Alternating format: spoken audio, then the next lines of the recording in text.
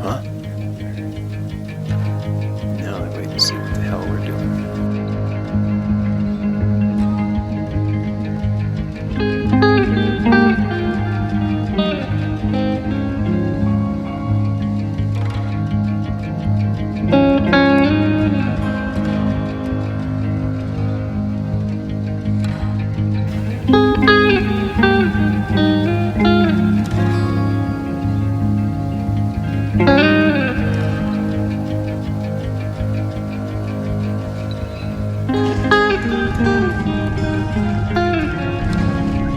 Slide right up.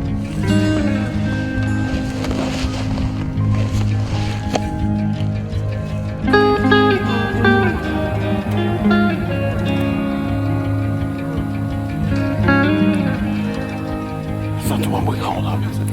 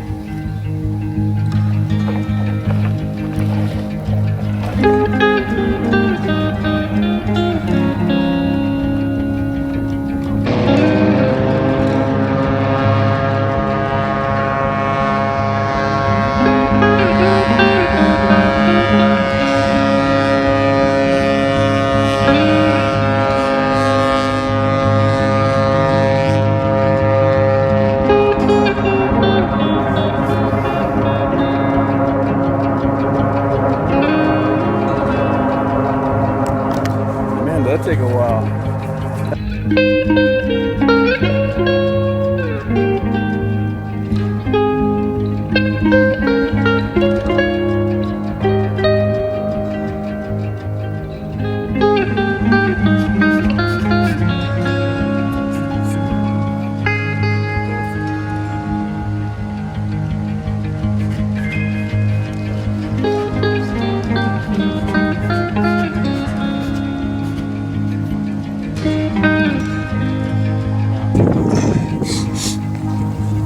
And this is how you come down.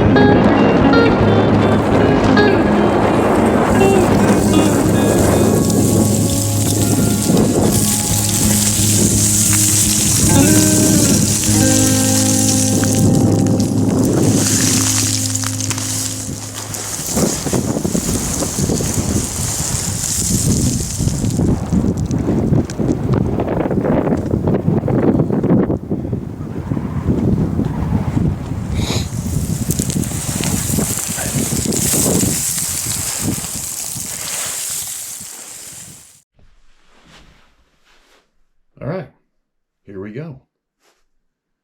It's a drizzly, wet, cold Sunday morning. Me and Adventure Dog are hiding in the man cave. The house has been full. That's the little niece came over. We got the teenager home. Got the mother-in-law home. And they're all in there cackling away.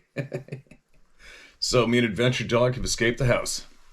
Anyway, they're gonna go do the shop today for the hungry kids that are running around out here.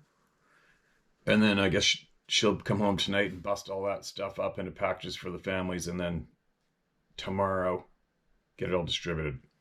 And then we go for surgery for her on Tuesday. So I was going to go fishing, but I got too much to do. I probably have about half a day of writing left to complete my next book, which is called, I think it's called Blacktail Hunter. Something I've been very passionate about since I was a kid, hunting black-tailed deer. And Roy Dye is doing the covers, and he made up a few different covers, and that's a variation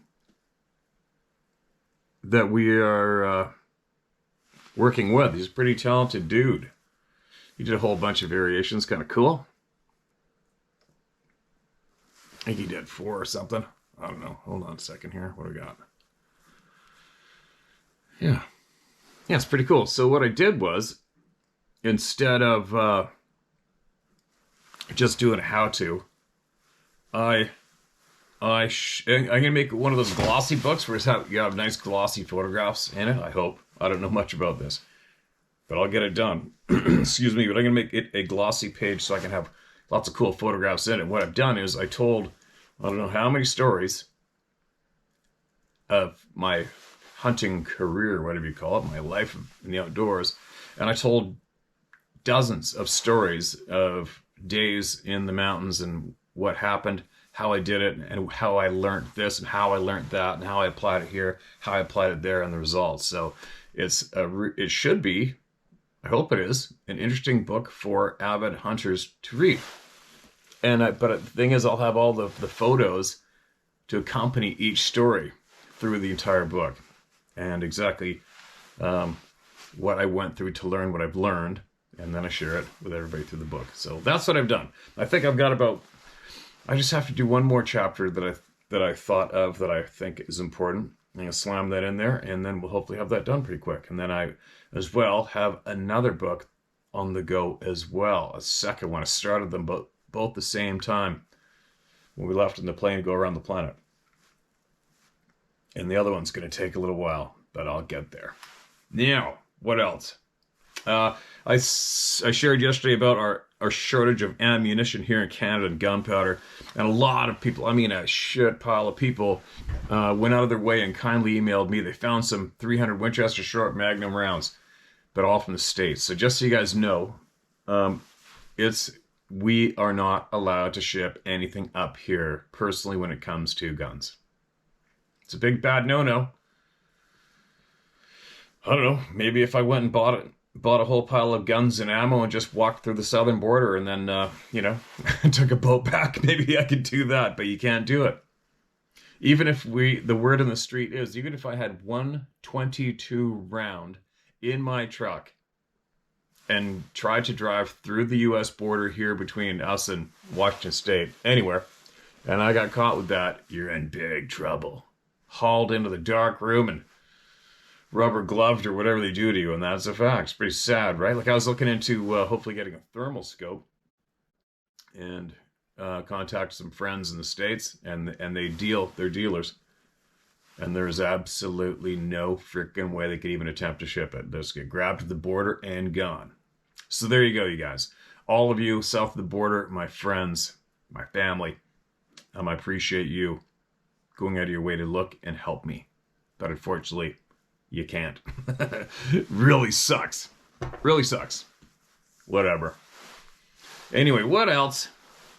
Before I forget, if there's anything important, I don't know. I think I actually might have wrote something down, but one thing I've learned, side note, what I've learned is watching the craziness go on the globe today, especially in North America, especially in the Western countries. Now hear me out, because I am learning, and I can only learn from input from all of my fellow human beings in a community setting, is accountability, right? Accountability. I've learned, especially from traveling, if there's no accountability, no consequences, society falls apart. You know, everybody screams about freedom of choice and free this and free that and free this. And I understand and I get it and I agree. But I have learned that if there's no accountability for your actions, then it snowballs into absolute grief. And I think that's easily proven today, especially here in North America. Now, what I'm getting at is, maybe I'm right, maybe I'm wrong, but I would like to pick up other topics sometimes with everybody as we go. Now listen to this. So off we go to Southeast Asia, right? Where we've been now, I don't know how many times, quite a few. And once you get there, you know, if you go there, let's say Thailand as an example, they call it a third world developing country. That country is just as advanced as anywhere over here, any Western countries. Trust me. But if you screw around, what's it called? F around and find out. If you go to that country and F around, you're gonna find out in a big bad way. There's consequences. Period. Right? As example, I mean, there's some extreme ones. There's some rules there that kind of make you go, what the hell? But for the most part, to be honest, everybody is freaking happy over there for the most part. The energy is so positive, and I'm not just talking about that one country. I'm just saying an example of how a society, a community can be opposed to others at the same time on the same planet. And I'm always wonder why and what's going on, what's wrong, how do we fix shit? And one thing I think I've realized is the accountability results from your actions. If you're not kept in line, then shit goes south real quick, right? Like here's an example. So there, if you attempt to smuggle in or deal or sell hard drugs in any way, shape, or form, it's an automatic life sentence and or death. Period. And you can go online and find a lot of people who have gone that route, and it's hasn't worked out too well for them. And the prison system there is absolutely nasty. We're talking a cage with a concrete floor. I don't know how big these cages are, but when I seen online, it was something like, it looked to be maybe 40 by 40 square cage with a pile of blankets that are barely big enough for a North American to lay on, stacked up in the middle. And these guys, these inmates, stand in that cage shoulder to shoulder. And when they go to sleep, they try to scramble and find a place on the ground. They put that one blanket on that concrete floor and lay down on it. Not good, right? But the people that end up there, they had the choice. They had the choice. And they suffered the consequences of their choice, right? Anyways, what I'm getting at is, in that country, there is a lot of freedom. There is a lot of freedom. You're allowed to do things over there that you probably would be surprised at compared to over here. Various activities, things. I mean, you can grab a beer, walk down the road. Here, you grab a beer here, walk down the road, the cops are going to be on you like ants to sugar, right? As an example, there's many different things that you're allowed to do that you can't here in North America, in Canada especially. But here's an example. So Sarah and I, one night towards the end of our trip, we went to downtown Bangkok. We finished up our last 2 days in Bangkok. Massive city, millions of people, right? And we're taking these boats on the river. They're like a bus. It's like a bus, a floating bus on the water. It takes, I don't know, maybe 100 passengers fit on some of these things. It's 50 cents. 50 cents each. Up we go. Right into town. Went to this huge mall, ate food from all over the planet. It was a great day. Turned around and went back. It was a Friday. And then we went to this street called Kosan Road. It's insanity. It's like the Vegas Strip condensed into one city block, and people from all over the world, and just chaos. It's just party frickin' chaos. There's people selling cooked tarantulas and scorpions on a skewer. All of a sudden somebody walks by with a frickin' crocodile, half ate, cooked. There's just crazy shit going on. Nightclubs and booze and partying and drunk people from all over the world. It's crazy. So we walked that street, and I'm like, hey, we can probably walk to our hotel from here. Now, stay with me. And we look on my map. I'm like, yeah, we probably can. It's dark, it's late, and we're in a massive city, something like New York, right? And off we go. 100% confidence, not scared, not worried for a second. We're safe. We're not going to get dummied, shot, killed, turf war, wrong color skin in the wrong neighborhood. It's not going to happen. It's not going to happen. Doesn't even happen. There's not even an issue there. We just go walking down the road through back roads and city streets and back alleys, and we're weaving our way and find this little canal of water, walk along there, and saw some locals catching fish at nighttime and stop and talk to them. Didn't know any English, and I showed them pictures of us fishing, and they're like, oh, wow, fishermen. And we basically communicated as best we could. Not a Caucasian person in view anywhere, but Who gives a shit? Nobody cares. Everybody's friendly, and we're walking along. And then we got to this one city street, main city street, pretty busy, fairly busy road beside it. We're walking along, and there were some homeless people. I don't know how many I saw, maybe 10. And they're sitting around these little brick walls with that deep around base of a tree with dirt planters. And some of them are laying on there, sleeping. Some of them are sitting, they got all their stuff piled up beside them. But it was just people that had given up and didn't give a shit. Right? So follow me. You'll get to my point in a minute. But that's the extent of the actual homelessness that I saw in a big city in Bangkok was that. I'm sure there's a lot of people living under bridges and here and there. Sporadic, like maybe 2 or 3 over here. You might see 1, 2 blocks away down there. It's nothing like North America. Nothing. But anyway, the very next morning, because I noticed there was a coffee shop up that road, and the very next morning was our day. We had to check out, and we had our bags, and we're walking back down that same street, and those same homeless people are there. Guess what they're doing? They're reading books. Every single one of them was reading a book. They're not screaming at a brick. They're not talking to themselves. They're not jamming a needle in their arm. They're not crapping on the side of the street. They're sitting there reading a book. It's just people that have given up. Anyways, what I'm getting at is you don't have the mental health issues, the homelessness, and the drug addiction neighborhoods there. You just don't. Because your poor choices create consequences. Right? Consequences. You want to go... Anyway, I'm just saying. Some people might agree. Some people may agree or may not agree. But I think what I am learning is that if we don't have consequences, everything falls apart. Right? I mean, in that country, you don't have angry people linking up and sitting on the street across the road to disrupt their neighbors because they're pissed off.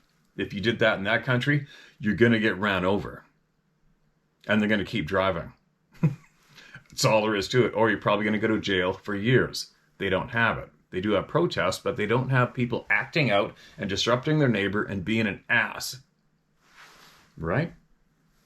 Now, I know that you may think I'm talking about being anti-protest, which I'm not. If you want to protest, if you would want to protest, you want to have something to say or make a display or cause some discomfort, go to the politicians' neighborhoods and do it in front of their house. Go to where the politicians are. Don't fight with your neighbor. Don't fight with your community. Your innocent souls are trying to go to the hospital, go to work, get the groceries, get the kids here. Don't disrupt your neighborhood. Go to the people that you're pissed at. The politicians. I'm going down a different rabbit hole, but I'm just saying. Getting back to my main point is the accountability. If you don't have accountability and consequences for your actions, shit falls apart. And I thought I would drop that. I don't know. My brain and my lips don't match up. Don't mesh up smoothly that sometimes. And this is probably one of those times. But the zero accountability here results from your actions and not getting spanked for it. I have to admit, I think it's wrong. It's wrong. And it's creating a lot of discomfort and grief. And it goes right to the top of the food chain, right? Especially the people who are apparently in control and have power. There's no consequences for their negative actions. And it trickles down into our communities. And now we got communities full of no accountability, no consequences, right? Just freedom to disrupt and do nasty ass, unhealthy choices and actions, and they're getting supported and fed. Anyway, I'm babbling. I need some more coffee. I think right now we're possibly reaping the results of a couple of generations not getting spankings for what they did bad. I think that's what's happening right now, right? Maybe I'm right, maybe I'm wrong. Anyway, that was a bit of a ramble. Apologize if it didn't make any sense. We need accountability in our society, in our communities. We do. We really, seriously do. We do. But it starts from the examples, right? Which is the people that are apparently in charge. But they're not. They're criminals. And they're ruining society. Okay, I don't know what this is about, but I'm going to read it. We're going to find out. Probably better than the rant I just gave, right? This is titled, Why You or Why Me? Email in. This is a question that held my attention for a very long time, just before Melba Ketchum's research of Sasquatch DNA. At first I thought possibly it was because of blood type, and that was a dead end. Next I thought it was emotional tragedies, and again another dead end. Then I thought about heritages, as in indigenous cultures, and once again, that was not it. I'd already began communicating with a female Sasquatch in my area. I called her Mama, because one, she was a mother, and two, because she always brought the sensation of unconditional love with her when she would visit.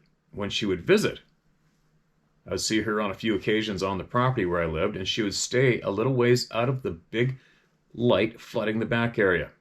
Most times we used telepathy to communicate. It was easier than trying to learn her language and the sounds.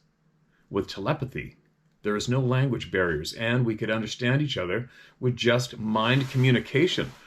Excuse me. Anyway, she always seemed to smirk at me when I asked, why me, to have such a contact with her kind? I couldn't tell if she was contemplating how to answer, or if she was just going to let the subject hang. Well, one night, I walked out into the desert behind my home. I had important news for her. I waited for a while and was about to leave when I heard her footsteps coming closer. Once she arrived, I began the news of Melba doing the DNA sequencing of her people. She tilted her head, not understanding. I spoke out loud so that I made sure I used the correct wording to convey what that meant. I told her there was a lady scientist who was going to test samples gathered of her people's DNA. At first, her eyes opened wide, and then some sort of sneer crossed her face, like what I said upset her. I told her none of the samples gotten had harmed any of her people. She relaxed a bit, but was still on guard. I told her the reason for this test was to see what her people were made of, and if there was any chance they were related to something in a book of science. She just shook her head, turned, and walked away. I think she was upset with the whole idea, and so I didn't mention it to her again, at least not until Melba's findings came to light. And this was in the year of 2011 and nearing 2012. Once Melba's research was done, the fight with other known scientists began. And they did not treat Melba right and called her all kinds of nasty names and tried hard to belittle her. I felt ashamed these people would turn on their own kind as bad as they did. It made me ill to watch all this. I felt great sadness for Melba, and Mama felt it too. Mama could sense what I was feeling and visited a little more often. I had tears one night she visited. I told her how cruel humans are. She got a little closer, and I felt that sensation of warmth and love from her. I looked up, and she was no more than 15 feet from me, partially in the light. I told her that Melba finished her study, and Mama said, what were the results? I said it came back human female and no male. She smiled and slightly nodded. I also told her that in the zoo bank, their DNA was not in it. She gave a gurgled laugh and said it would not be there, not in any of the open books, public. She then asked, why this Melba not go backwards? Let me read that again. She then asked, why this Melba not go backwards? What? She said again, why did Melba not go backwards from now until long ago? She would have found answers quicker and more of truth. Now that lost me a bit. I couldn't quite figure out what she meant. Then it hit me when I spoke to a friend named Bruce, who just happened to be a friend of Melba's. Bruce, can you ask if Melba can test our human DNA back through time? He did ask her, and Melba said she would, but it would be very, very expensive. Well, that cinched that notion as a no-go. On another visit, I told Mama what Melba said. She just huffed harshly and then conveyed for me to look into many holy books. Humans record the long ago history. I figured she wanted me to look into Bibles, different Bibles from all countries and religions. She said, read carefully the beginning. That is where the beginning of our kind is, and yours. I told her I already knew about the beginning of when the Creator made Adam and Eve. She then said, that's only part truth. She said, read the many holy books and then speak to me. Well, that sent me on a whole another journey for a few months. I called out to her, hoping she could answer something for me. I waited a few days, and she visited, standing out of the light. I felt her nearby, so I went to our favorite spot. I then asked, how were your people created, and by whom? Mama said, the Creator, whom your people call God, is how we came to be. I blinked that she knew what we called God, but she called him Creator. She said that her kind was created from the soil of this planet, and so they are of this place. I said that in a few of the holy books it states there were two creations of females. One was the clay of the earth when Adam was created, and the other female from the rib of Adam. Lilith was the first female created when Adam was created. Both were made from the clay of the earth. After Adam rejected the first woman, the Creator/God took a rib from Adam and created Eve. There are very few passages still left in Genesis about Lilith, but she is left in vagueness. I was sort of awestruck hearing Mama state that they were created from the soil of this planet. It all began making sense. There is much more to this, but you will need to have an open mind. Leave behind what has been taught and dig for yourselves to understand who the Sasquatch are and who we are in relation to each other. Another thing is words from that time has a different meaning than what is used today. Man, for control, has twisted the words to contain the populations for one way of thinking. My apologies, Steve, for this being so long and drawn out, but this conversation happened over a 6-month exchange. There were other things discussed at that time, but my main interest was how the Sasquatch came to be and how we may have a connection to them. Now, the why you or why me. There may be a hint of their DNA in each of us, and this is what they look for in us. Some have had the Sasquatch sniff at them, some have had the Sasquatch touch them, and others have had the eye-to-eye contact, and I feel this is their way to recognize us and possibly reach out to educate us on long-forgotten abilities. As Steve always says, take from what you will and leave the rest. I'm not an expert when it comes to the Sasquatch people, but these are a few of my interactions with one particular special Sasquatch who showed me unconditional love and encouraged me to learn a whole lot more than I would have learned on my own. Thank you for allowing me to share a little knowledge I've gained. Sincerely, Julie Hogan. Hogan. Julie Turtle Hogan. Okay, Julie. Now, you know as well as I do, coming out bravely speaking like that is going to have a lot of people thinking you're on the crack pipe. Right? They just are. A lot of people think I'm on the crack pipe. Right? But anyway, there is a fair amount of human beings allegedly are and have been in contact with these beings and communicated with them. That's all there is to it. A lot of them have a lot of the same flavor to their experiences they're sharing. A lot of them, not a lot of them. Obviously, there's going to be a few that make you go, what? You know what I mean? Now, do I know who this person is? Nope, haven't a clue. Is she in contact with the Sasquatch people? I don't know. I wasn't there. Take from what you will or leave it, right? But some people are possibly going to be going, bingo, I can relate. And a lot of people are going to be going, not a chance, man. But I don't know. I mean, I'm trying to picture myself. All right, let's just say I come across one of these people, these beings, and I feel nothing but warmth and security, safety in their presence. All right, we get past that incredibly terrifying moment. Oops, all of a sudden I can speak with them. Wow, what am I going to ask? For reals? You know what? One question that keeps coming to my mind, especially if or when I go south, I want to know where all the indigenous people have gone missing. Have gone. That's one of my biggest questions. I don't know why. It just is. It keeps coming up in my head. If I do manage to be in the presence of a human being that communicates with these beings, I'm going to flat out say, I don't know why. It's one of my first questions that keeps coming to my head. Where'd all the missing indigenous women go? Where are they? Who took them? What's up? You know what I mean? And then, of course, then what would I ask? What would you guys ask? Then would I probably be like, who's killing you? Are there human beings killing you? And who are they and why?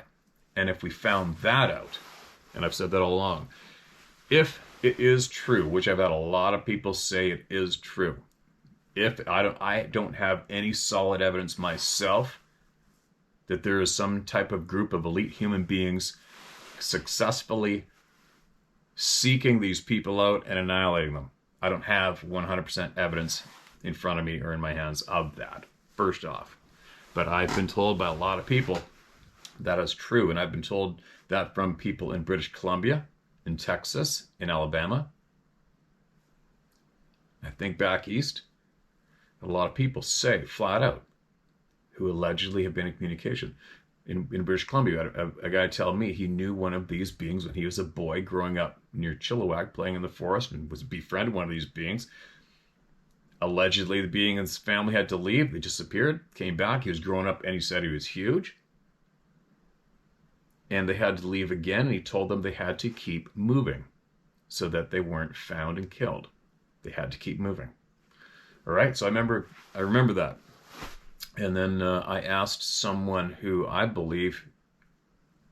really believing is in communication with some of these beings, and a couple of human beings that are. And I said, hey, I know you're busy, just give me a quick yes or no. Are there human beings tracking these beings down and killing them? And I got the reply instantly, absolutely, yes, there is. All right.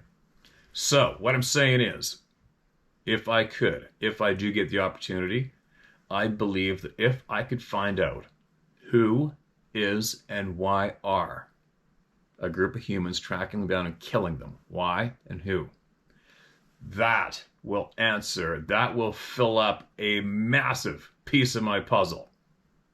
We're talking a huge piece, right? That would just drop like a bomb, and the shock waves of filling up the puzzle would go whoof, just like that. Think about that one, right? If we could find out, if it was true, the humans are killing these beings, and we could find out exactly who and why they're killing them, that's probably going to put everything to rest instantly. Right? That's going to answer everything. Think about it. Anyway, I appreciate you emailing in. It's not your common email. Take from what you will or leave it, you guys, right? I don't know this lady. I'm not there. And anything at this stage of the game is possible. What would I ask this woman right now? What do they look like? What about the dogman thing? They talk about that. Do you know about that through these beings who you communicate with? Do you know of them taking or killing human beings at all? Do you know bad ones, good ones? Where they come, where they go, and can they make themselves invisible? Disappear? Why do their eyes glow colors? Why do their eyes glow bright light in the dark? How do they do it? What's up? There's a million typical questions that you could fire out there, right? Anyway, moving along. Bit of a babble day today, isn't it? Now, who do we got? What do we got? Who's next?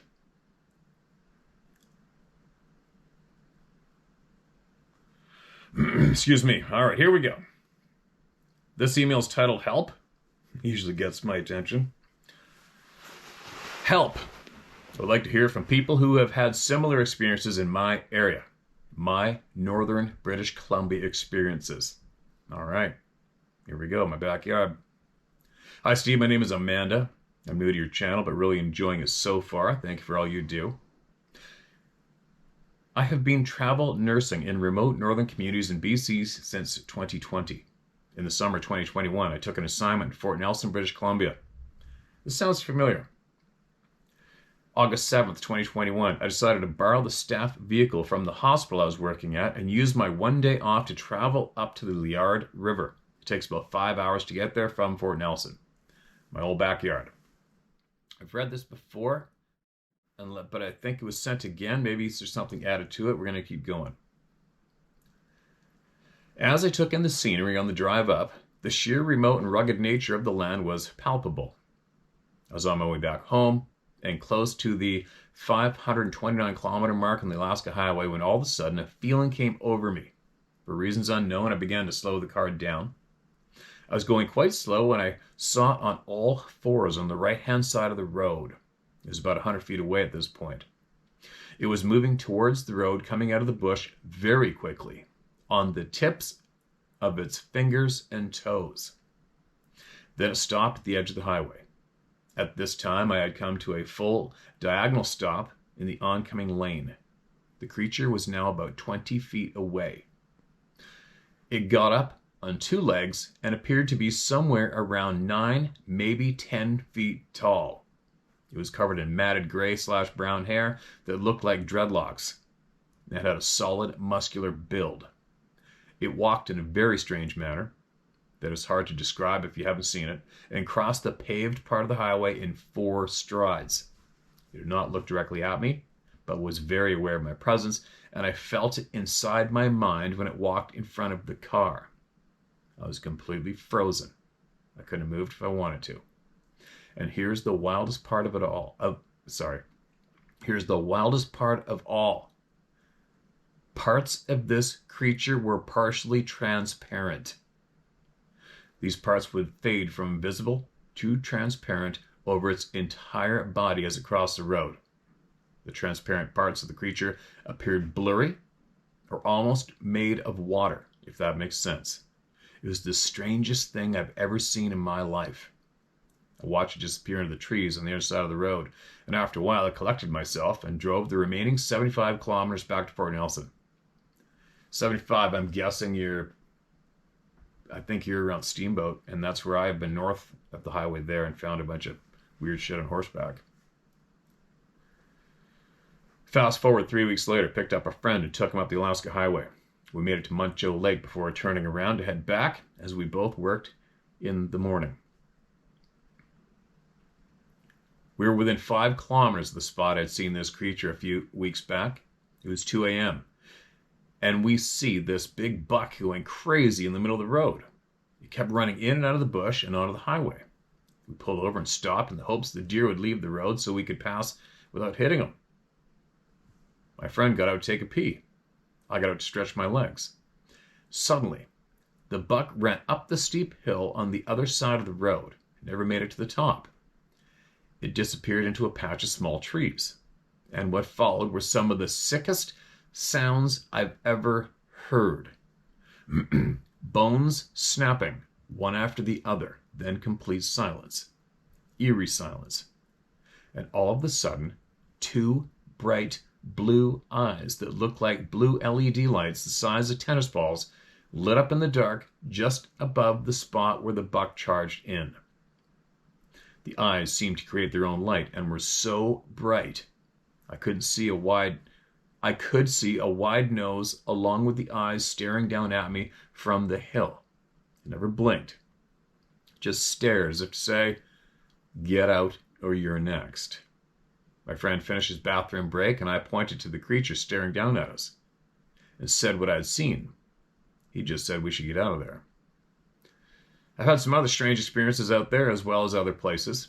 Looking forward to traveling Alaska Highway again someday.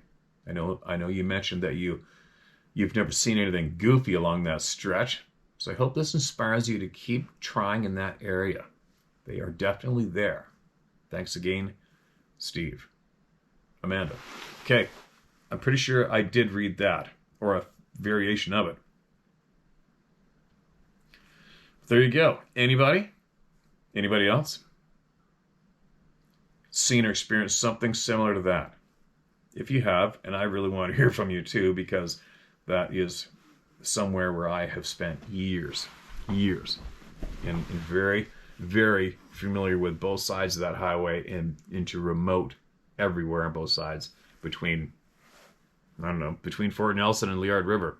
I've been on both sides of the highway in the absolute middle of nowhere, both directions, for years. And I know people that have seen some stuff, but I don't know anybody who's seen anything that that extreme there yet. Let's see who decides to chime in after hearing that. That's pretty crazy, right? That's a pretty crazy, intense experience. All right, here we go. This looks fairly long, but it's Sunday. Oh, and that wasn't me farting. That was the dog groaning, just so you know. Excuse me. More for you. Sabe encounters related to cancer. Good morning, Steve. I've struggled with this for a number of reasons as it regards the death of a close friend that is possibly tied to her very traumatic encounter with a large male Sabe. Oh, here we go. When you first talked about Edgar's cancer and his feeling that it was tied to his encounter, it made me face the possibility that my dear friend potentially suffered the same fate. But I was hesitant, as I clearly can't prove that. Learning that Edgar's coworker also has cancer after his trip to Russia troubled me even more. But after hearing your remarkable interview with the ladies, God bless them, I knew I had to share this information with you. I believe it is another piece of the puzzle. All right, strap yourselves in. Here we go. Attached, you will find a photo of my dear friend, Pam Porter, June 5th, 73 to July 14th, 2010. She was a BFRO member from Ohio. I first met Pam in March 2009. We were instantly best friends. There was such a strong connection, it was as if we had known each other forever.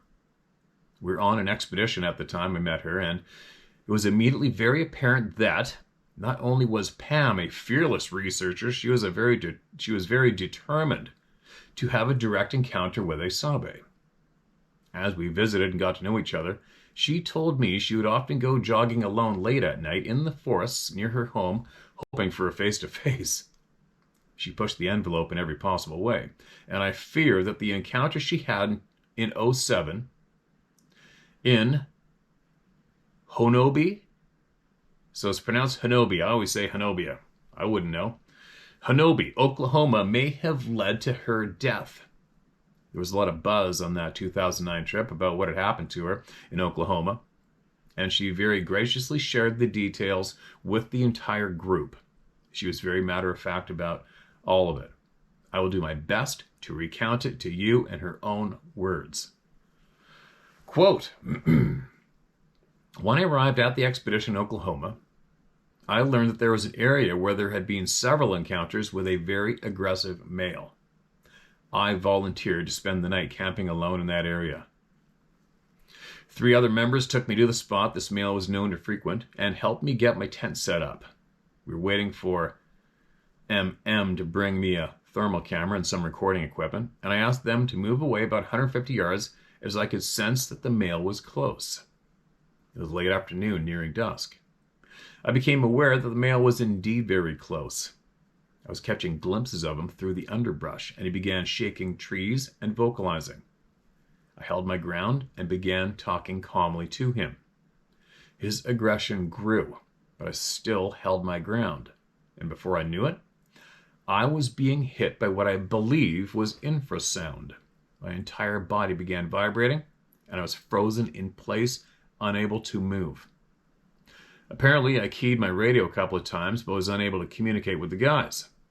They were on the radio with relating to him what was happening, and he ordered them to run to me as quickly as they could and get on either side of me to block the infrasound if possible. I don't remember much about them running to me, but apparently they heard the male moving away as they arrived.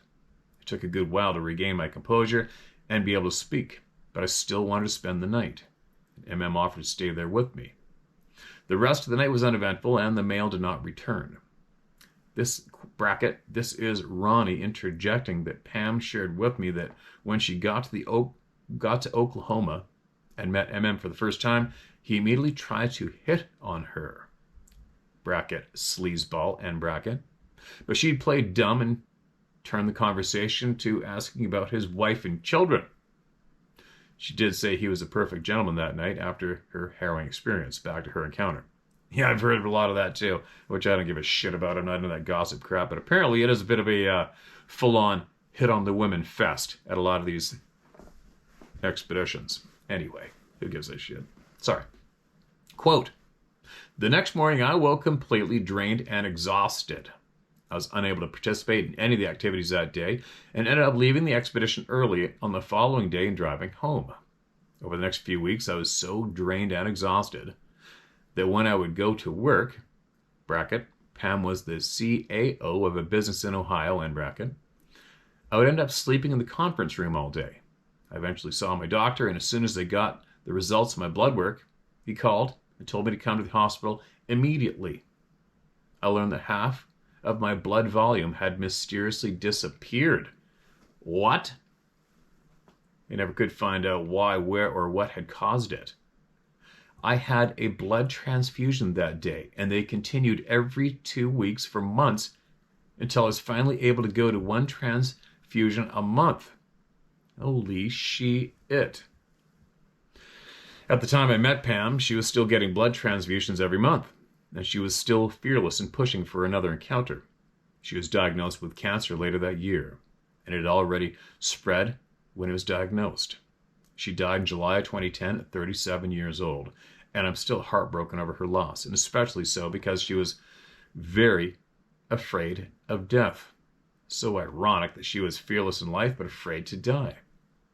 Steve, I did a great deal of research on infrasound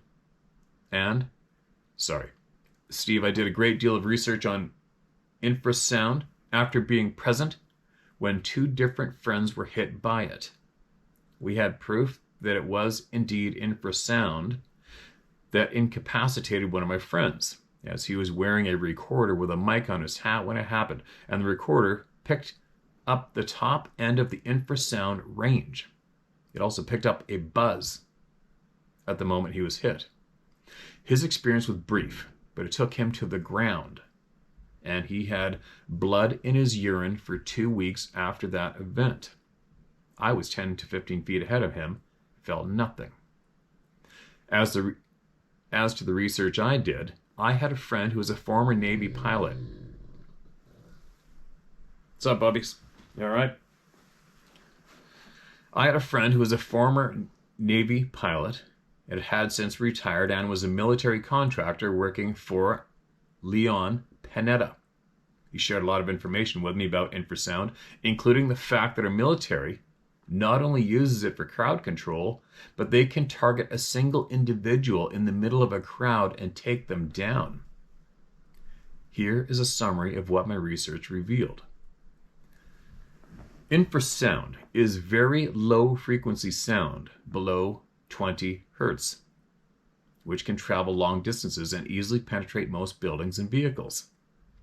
Transmission of long wavelength sound creates biophysical effects such as nausea, loss of bowels, disorientation, vomiting, potential internal organ damage, and extreme instances, death can occur.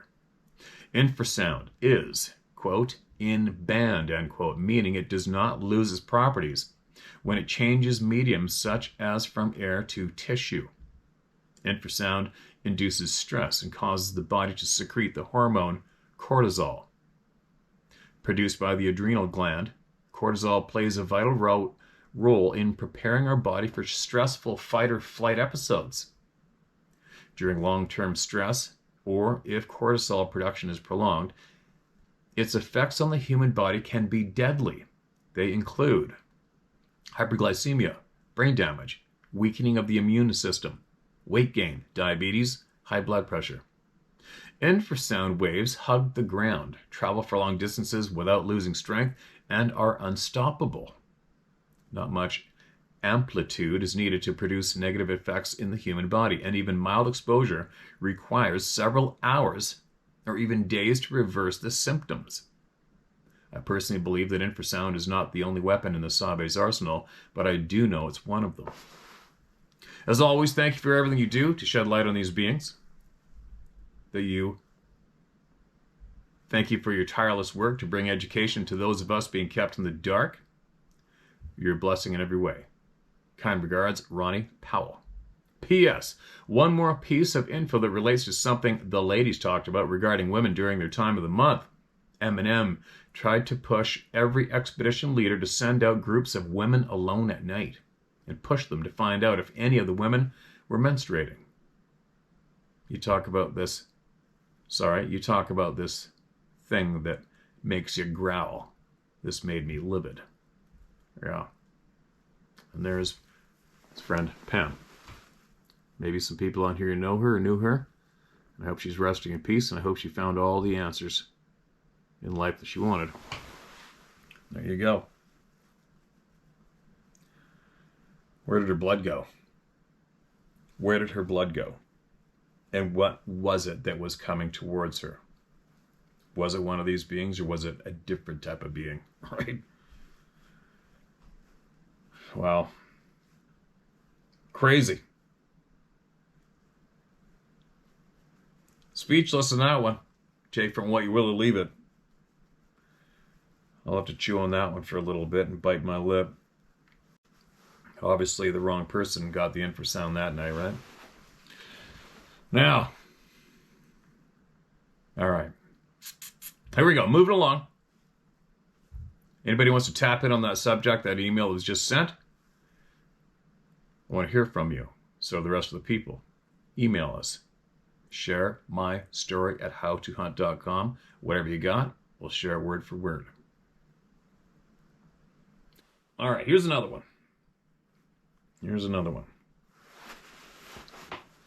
It's titled My First Encounter in Kansas. I've hunted Kansas. Hunted turkeys in Kansas.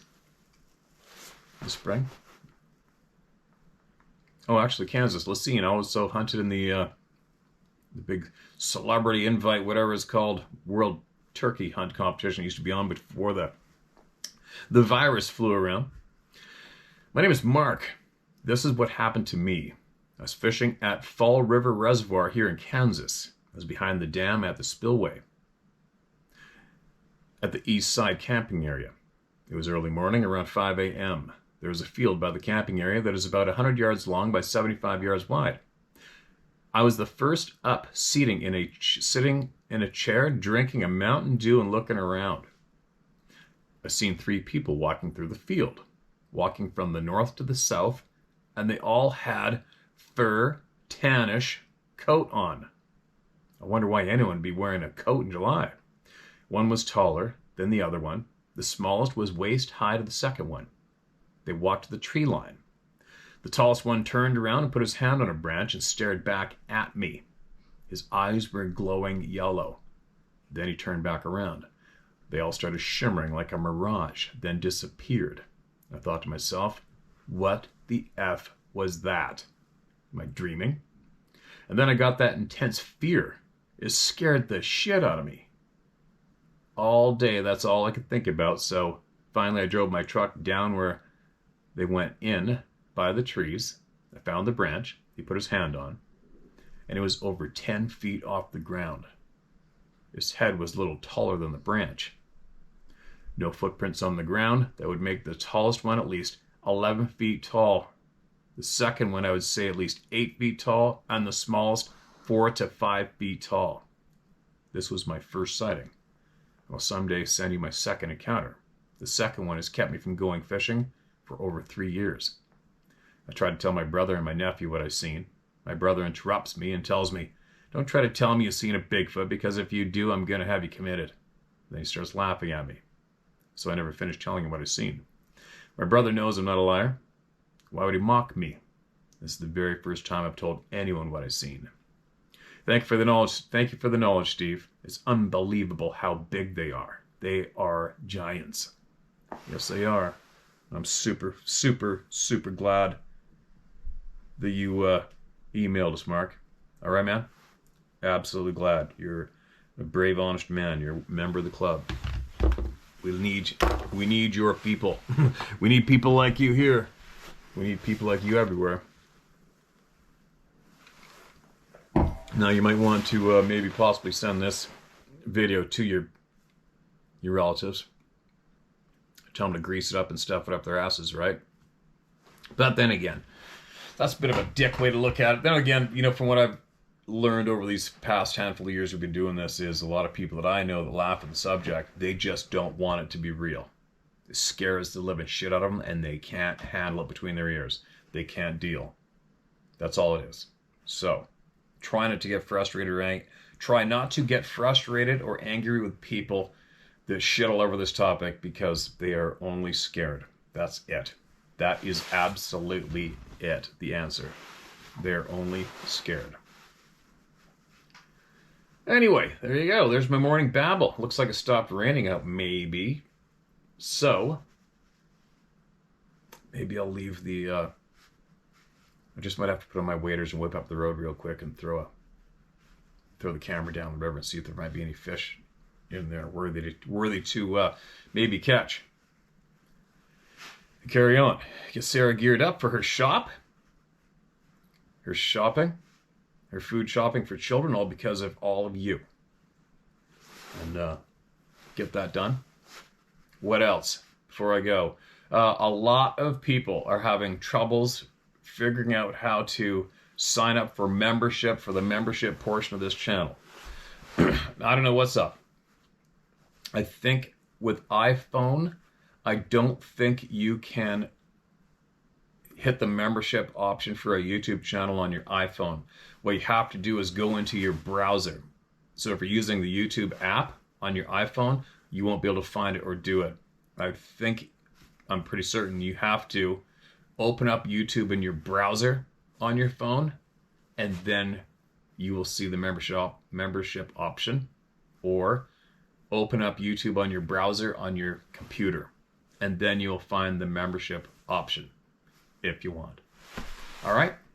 And for all those that have, you are absolutely appreciated. You made hungry children literally, physically jump up and down when they saw food. That doesn't put a frickin' lump in your throat, right? Good God. Anyway, there we go. I'll be back again tomorrow. You're not going to stop me. All those people that tried to stop me, look what you've created. It's a beautiful day. These fish just aren't doing what we want them to do. It's fun though.